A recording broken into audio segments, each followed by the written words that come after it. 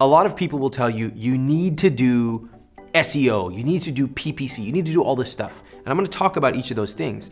But one important thing to remember is there are different stages to do different strategies and tactics. For example, let's just say you're an athlete.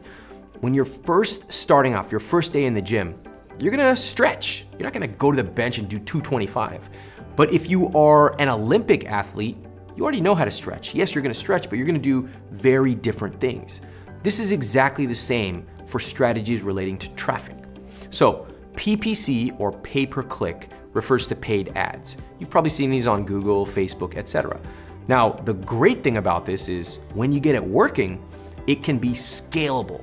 That means you put in $1, you might make $2, $3, $4. It can be really powerful and it can scale. But the downside, the challenge, is that you need to know your numbers. You need to know what your LTV is, lifetime value. You need to know your conversion numbers. It takes a lot of analytics. It takes a lot of work. Personally, we didn't do ads for about 8 years, which is staggering to a lot of people. Advertising is pretty sophisticated these days. So my recommendation is don't start with paid ads. Wait, because you can get free traffic earlier. Next thing, SEO. Now SEO is when you type something into Google and a result comes up and you click it and you're like, yes, this is exactly what I wanted. That's good SEO, or search engine optimization. Now SEO can be incredibly powerful because it's also scalable. You do it once and it works for a long time, and you're getting really high quality people coming to your site with what's called search intent. They want to find what you have to offer. The problem, there's a few problems with any of these, is that it takes a lot of work, okay? And it's also not necessarily directly up to you. Google might change things, it takes time for it to rank, etc. So we didn't do SEO for about 7 years. I think that was probably a mistake in retrospect. We should have done it earlier, but it's really hard to know who's legit and who's not. So my best recommendation to you on SEO is write stuff people care about.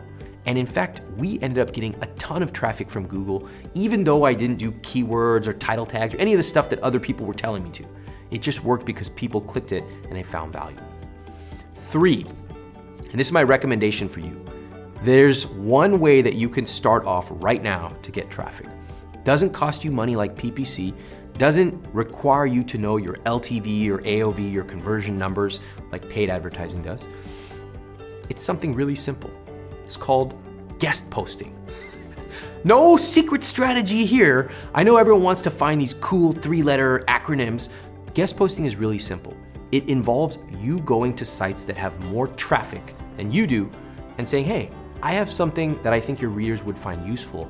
Can I do a guest post for you? Now again, don't dismiss this. This is how I grew I Will Teach You to Be Rich to hundreds of thousands of viewers every single month. How does it work?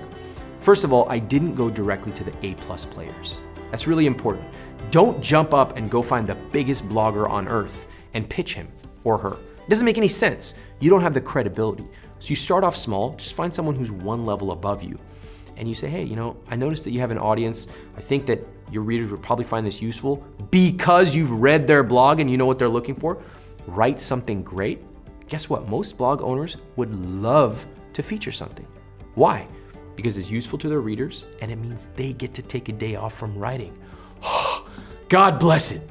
All right, next, as you get good, you will learn how to write better stuff. You will also kind of be able to leverage this domino effect. Nice to meet you, blogger number 2. I wrote something for blogger number 1. They loved it. Do you think I could write something for you? And on and on and on. You kind of move up the chain and soon you can be writing for massive, massive sites. In fact, I've done guest posts for the New York Times. I've written for Tim Ferriss. I've written for Lifehacker. I've done all kinds of stuff. You can do exactly the same. One final note.